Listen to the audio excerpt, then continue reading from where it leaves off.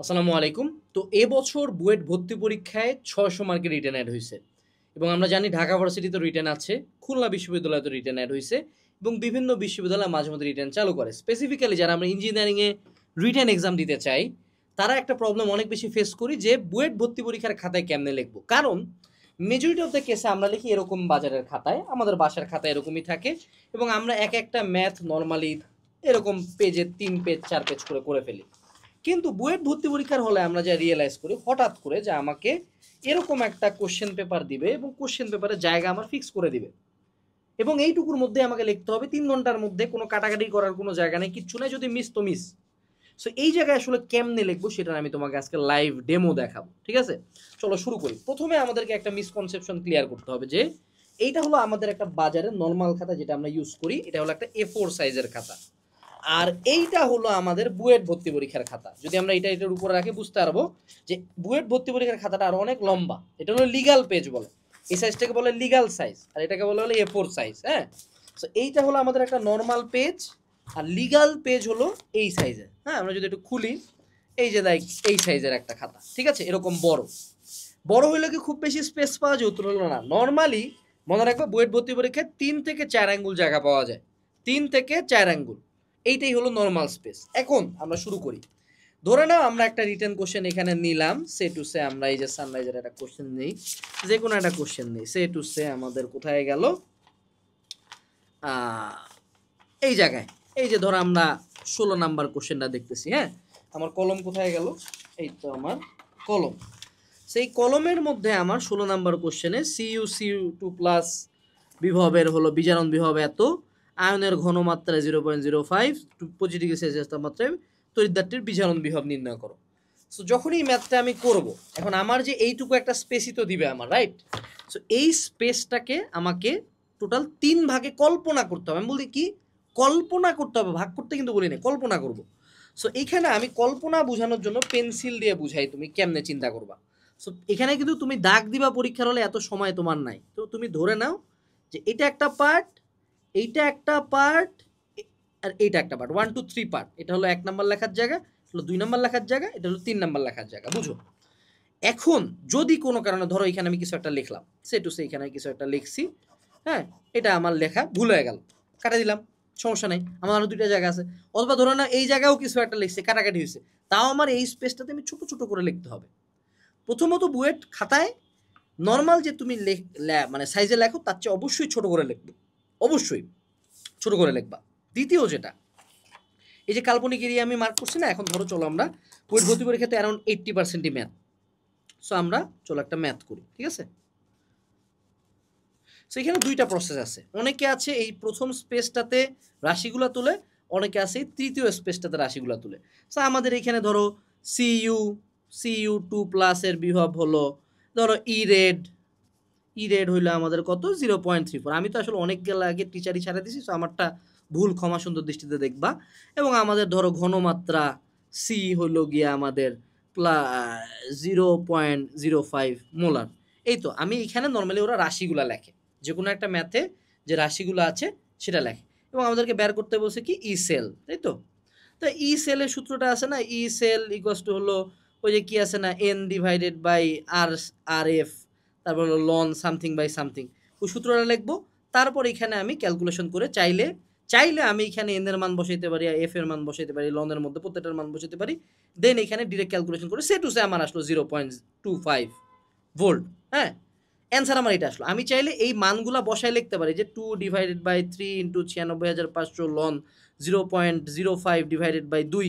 আমি চাইলে এখানে লিখতে পারি, অথবা চাইলে ডিরেক্টলি অ্যান্সারটাও লিখতে পারি, কিন্তু ক্যালকুলেশনটা দেখানো সাজেস্টেড। কারণ যদি টিচার দেখে যে আমার যদি একবার উত্তরটা না মিলে, তাইলে যাতে টিচার এই লাইনটা দেখে বুঝে যে না এর হয়তো বা ক্যালকুলেশন মিস্টেক হয়েছে, হয়তো বা ম্যাথটা বুঝছে। তো ধরে নাও তোমার 0.025, এই যে এখান থেকে তুমি ম্যাথটা করা শুরু করবে, এখান থেকে ম্যাথ যাবে, এখানে করবা, তো ফাইনালি তোমার অ্যান্সার আসতে কত 0.025 ভোল্ট। এইটা তুমি একটা বক্স করে দিলা, শেষ, তোমার ম্যাথ এখানে শেষ, কোনো অ্যান্সার কিছু লাগা লাগবে না। টিচার এই বক্স দেখে বুঝা হবে যে এটা তোমার অ্যান্সার, ঠিক আছে?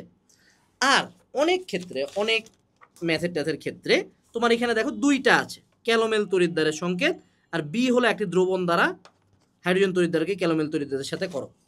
এই জায়গাটাতে এই কোশ্চেনটাতে তোমার 2টা কোশ্চেন, কিন্তু ঘুরে উল্টে তুমি কিন্তু স্পেস কল্পনা করবে তিনটাই। এখানে একটা কোশ্চেন অ্যান্সার করলা, এখানে আর একটা করলা, আর একটু জায়গা দরকার হলে বাকি থাকলো, যদি ভুল টুল হয়, যদি কোনো কিছু খেয়াল হয়, ঠিক আছে।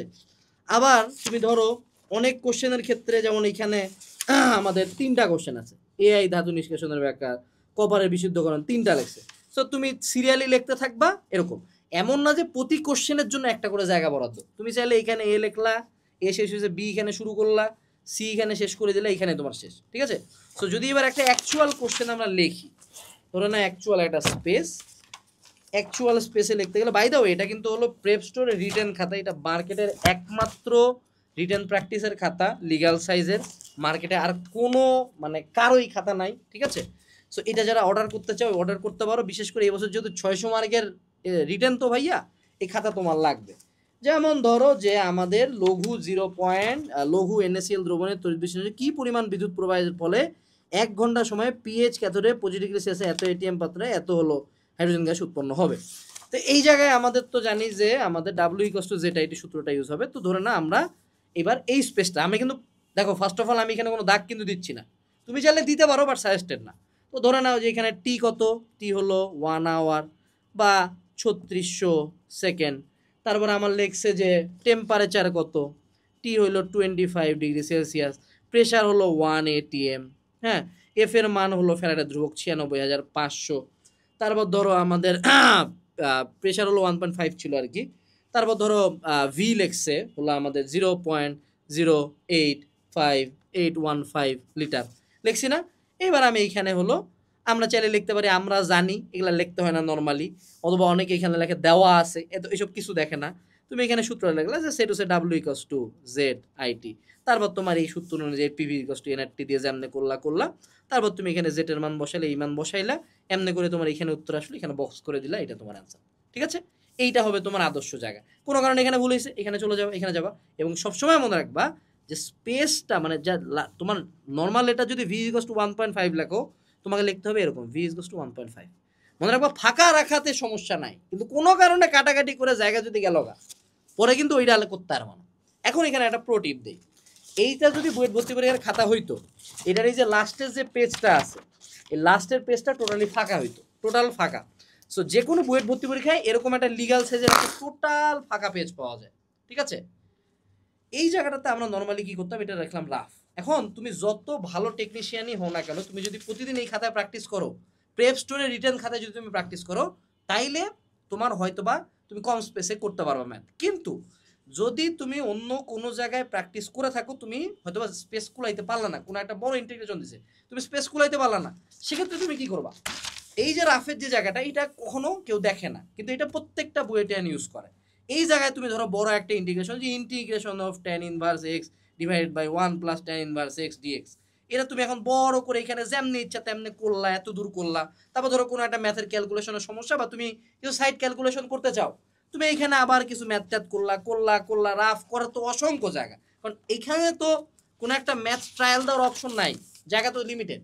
তো এইখানে তুমি রাফ করলা, রাফ করার পরে খাতা জমা দেওয়ার একদম আগে সুন্দর মতো এটা একটানে কাটা দিবা, জাস্ট একটানে কাটা শেষ, বা তারপর ধরে নাও যে এই ইন্টিগ্রেশনের টোটাল এখানে 5টা লাইন করছো, তোমার 2টা লাইন হলো মেন, এই 2টা লাইন তুমি সুন্দর মতো তোমার এখানে ইন্টিগ্রেশনটার ক্ষেত্রে এই 2টা লাইন তুলে দিলে এখানে, দ্যাটস ইট। সো এই ছিল হলো বুয়েট ভর্তি পরীক্ষার লেখার টিউটোরিয়াল। এবং এই লেখার প্র্যাকটিস তোমাকে যত আগে থেকে করবা তত ভালো। এবং এই খাতা বাদে বাংলাদেশের কোনো খাতা, কারণ তুমি দেখো এটা হলো বাংলাদেশের যে কোনো একটা নর্মাল খাতা, এই খাতায় নর্মাল খাতায় প্র্যাকটিস করলে তুমি অ্যাকচুয়াল, তুমি যতই দাগটা নয় এখানে, তুমি কিন্তু অ্যাকচুয়াল স্পেস পাচ্ছ না, কারণ জায়গা অনেক ছোট। এখন এত বেশি ছোট জায়গাও করাটা কিন্তু উচিত না, যে কোনো সময় এক্সামকে রেপ্লিকেট করতে হয়। তো যদি তুমি প্র্যাকটিস করতে চাও, রিটেন নোটবুক অর্ডার করো, বুয়েট ভর্তি পরীক্ষার আগের দিন পর্যন্ত বা যেদিনই তুমি কোচিং শুরু করবা, দরকার এইচএসসি লাইফ থেকে, তুমি যা ম্যাথ করবা এরকম একটা খাতায় করো। আমাদের এই খাতাটা খুবই সুন্দরভাবে এরকম দাগ কাটা আছে, 3টা করে স্পেস, একদম বুয়েট ভর্তি পরীক্ষার মতো, ঠিক আছে। সো এবং এটা ঢাবি রিটেনেও সেম, এটা তোমার খুবই রিটেনেও সেম, প্রতিবারই জায়গার পরিমাণটা সাধারণত সেম থাকে। সো ফিউচার বুয়েটিয়ান্স, ফিউচার ঢাবিয়ান্স, ফিউচার খুবিয়ান্স অথবা যেই ভর্তি পরীক্ষা রিটেন আছে, প্রত্যেকের জন্য রইল শুভকামনা। আর prep story written notebook order করতে থাকো। আসসালামু আলাইকুম, টাটা।